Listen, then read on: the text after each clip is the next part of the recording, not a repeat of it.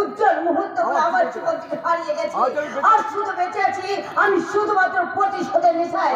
তার জন্য যদি প্রয়োজন হয় আমার স্বামীর বুকে আমি আঘাত করে এই সংসারটাকে তছনছ করে আমি এখান থেকে চলে যেতে পারবো। তুমি আমাকে ছোঁবে না। কি বলছো তুমি? তোমাকে আমি সহ্য করতে পারছি না। কিন্তু কেন কেন আমাকে সহ্য করতে পারছো না তুমি? তুমি বেঈমান, ঠক, প্রমাণিত। আমি ভাবতেই পারছি না পুজো, ভাবতেই পারছি না আমার সম্পর্কে তোমার এরকম ধারণা হলো কি করে? কারণ তুমি হাজার বছর দুষ্ট এই ঠাকুর বংশের ছেলে হয়ে আমাকে বিয়ে করার সাহস দেখিয়েছো। আমি আমার বর্তা জীবনের ভগবান কথার মর্যাদা রাখতে তোমাকে লোক লজ্জার হাত থেকে বাঁচাতে বিয়ে করে উদ্ধার করেছো, তাই না? আমাকে তুমি একেবারে উদ্ধার করেছো, তাই না? তোমার কিন্তু কে চেয়েছিল তোমার এই বদলতা? আমি সারা জীবন অপমানিত থাকতাম। তাহলে সেদিন সেদিন তুমি তোমার ওই বিয়ের রহমতের কথা জানলে কেন? কেন তুমি বর্তার সামনে সাথে নীরব হয়েছিলে? সেদিন প্রতিবাদ করতে পারিনি বলে এই তোমার মতো বাদরের গলায় মুক্তর মালা হয়ে ঝুলতে হবে। সেদিন তোমার ওই অক্ষমতার দায় আমার উপর চাপিয়ে আজ তুমি আমার মনের সুখে অপমান করছো। কিন্তু তোমার সব অপমান আমি নীরবে মাথা পেতে নিই। কেন নীরবে তুমি মাথা পেতে নিই? আমি আমার জীবনে ভগবান স্বরূপ দাদার শুধু আদেশ পালন করে। তাই শুধু অপমান নয় প্রতিভা অপমান নয়, প্রয়োজনে তুমি তোমার পায়ে জুতো জোড়া খুলে আমার কালে মারলেও আমি এতটুকু প্রতিবাদ করবো না। হ্যাঁ প্রতিভা, হ্যাঁ বিয়েটা খেলনা নয় যে হাটে বাজারে মেলাতে খেলনা কিনলাম আর সেটা ভালো লাগলো না আমি চেঞ্জ করে দিলাম। তাই তোমার সেদিনের ফুলের মাসুল তোমাকে সারা জীবন ধরে গুনতে হবে। কোনো উপায় নেই। অনিচ্ছা থাকা সত্ত্বেও সংসার জালে তুমি জড়িয়ে পড়েছো, মমতার জালে তুমি জড়িয়ে পড়েছো, তা থেকে তুমি সহজে মুক্তি পাবে না। কিছুতেই না। আমাকে স্বামী বলে তোমাকে স্বামী বলে মানতে হবে না। আমাকে সঙ্গ আমাকে তোমাকে স্নেহ ভালোবাসা মমতা দিয়ে ভরিয়ে তুলতে হবে না। আমরা এক ঘরে থাকলেও পূর্ণ স্বাধীনতা তুমি থাকবে, তোমার পূর্ণ স্বাধীনতা থাকবে।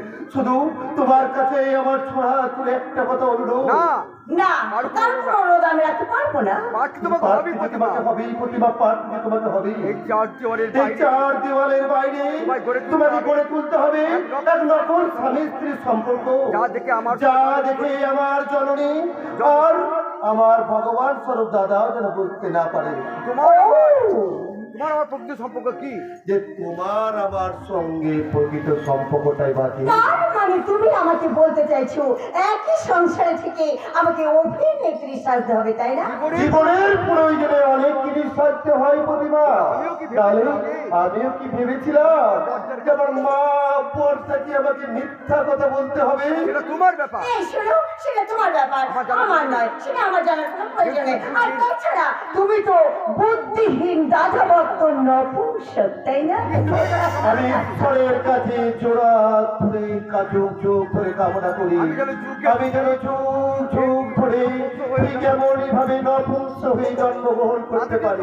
তাতে যদি তোমার মতো স্ত্রী শত লাঞ্ছনা গুঞ্জন আমাকে সহ্য করতে হয় তাতেও আমি বিন্দু মাত্র দুঃখ পাবো না। তার মানে তুমি কি বলতে চাইছো তোমার কাছে দাদা মা সব আমি কিছু নই? স্বার্থপরতার সুরমা চোখে লাগিয়ে সমাজ সংসারের চোখে নিজেকে আর তুমি ছোট করতে যেও না প্রতিভা। কারণ মা থাকবে আমার মায়ের আসনে, আর বর্দা থাকবে আমার দাদার আসনে, আর স্ত্রী থাকবে আমার সর্বাঙ্গী জুড়ে। আর মায়া মমতা স্নেহ ভালোবাসা বিভেদের দাড়ি পাল্লায় মেপে আর তুমি নিজেকে ছোট করতে যেও না। আমাকে প্রত্যাখ্যান করেছো ঠিকই, স্বামীত্বের অধিকার নিয়ে তোমার সম্মুখে যাবো না, চাইবো না। আমি যে আমার স্ত্রী আমাকে স্নেহ মায়া মমতা ভালোবাসায় ভরিয়ে তুলো, আমি যেন এমনি ভাবে যুগ ধরে চলতে পারি, আর ঠিক একটি ভাবে আমি যেন চূড়া ধরে বলতে পারি সংগ্রামে সুখ পাখিরা এনেছি সোনার কথা যা কিছু সংগ্রামে সুখ পাখিরা এনেছি সোনার কথা যা কিছু সোনার কেটে দিয়ে সে পাখি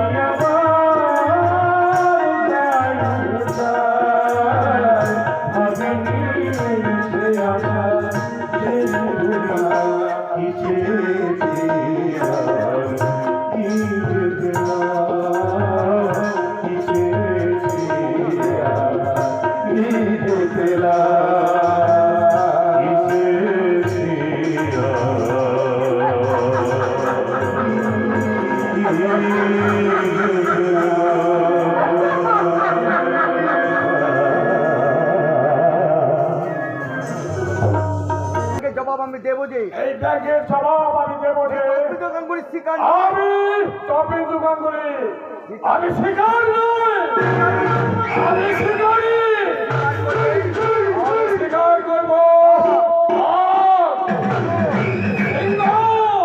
কান্ডা গেন্ডা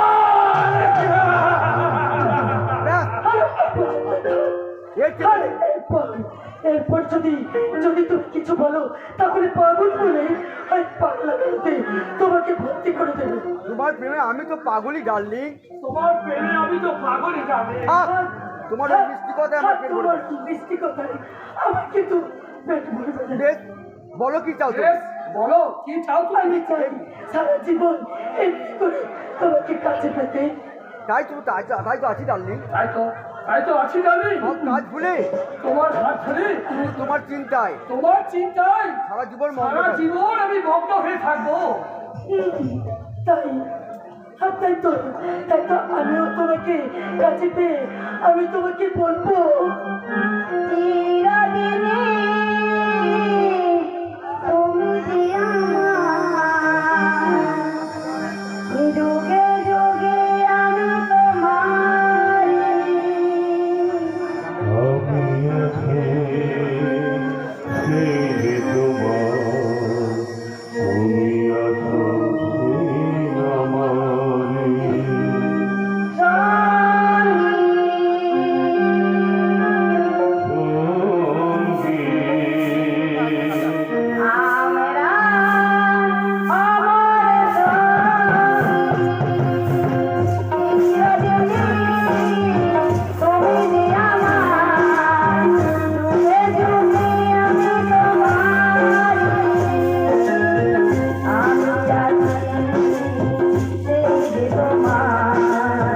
তুমি আছো সেই আমারে